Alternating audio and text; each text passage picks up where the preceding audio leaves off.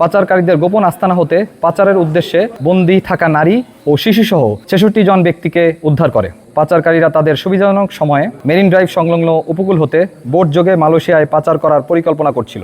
গোয়েন্দা তথ্যের ভিত্তিতে জানা যায়, সাগর পথে মালয়েশিয়া পাচারের উদ্দেশ্যে নারী ও শিশুসহ বিপুল সংখ্যক ব্যক্তিকে টেকনাফের বাহারছড়ার গহীন পাহাড়ে বন্দী করে রাখা হয়েছে। প্রাপ্ত তথ্যের ভিত্তিতে ১৮ সেপ্টেম্বর ২০২৫ তারিখ বৃহস্পতিবার সন্ধ্যা ৬টা হতে রাত ১০টা পর্যন্ত বাংলাদেশ কোস্টগার্ড এবং নৌবাহিনী কর্তৃক একটি যৌথ অভিযান পরিচালনা করা হয়। অভিযান চলাকালে কোস্টগার্ড ও নৌবাহিনীর সদস্যরা উক্ত পাহাড়ের চূড়ায় পাচারকারীদের গোপন আস্তানা হতে পাচারের উদ্দেশ্যে বন্দী থাকা নারী ও শিশুসহ ৬৬ জন ব্যক্তিকে উদ্ধার করে। উদ্ধারকারীদের জিজ্ঞাসাবাদে জানা যায়, কয়েকটি সংঘবদ্ধ পাচারকারী চক্র বিদেশে উচ্চ বেতনের চাকরি, সুবিধাজনক কর্মসংস্থান, উন্নত জীবনযাপনের স্বপ্ন, অল্প খরচে বিদেশ যাত্রা এবং বিনা অর্থে প্রেরণ করে পরবর্তীতে কর্মস্থলে কাজের মাধ্যমে খরচ পরিশোধের সুযোগের প্রলোভন দেখিয়ে টেকনাফ সহ দেশের বিভিন্ন এলাকা থেকে বাংলাদেশি ও রোহিঙ্গা নাগরিকদের মালয়েশিয়ায় গমনে উদ্বুদ্ধ করে টেকনাফের গহীন পাহাড়ে গোপন আস্তানায় জিম্মি করে রেখেছিল।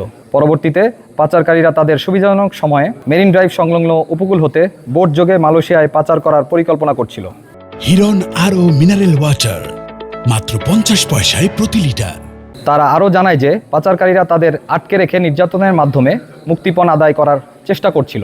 অভিযান চলাকালীন যৌথ বাহিনীর উপস্থিতি টের পেয়ে পাচারকারীরা পালিয়ে যাওয়ায় কাউকে আটক করা সম্ভব হয়নি।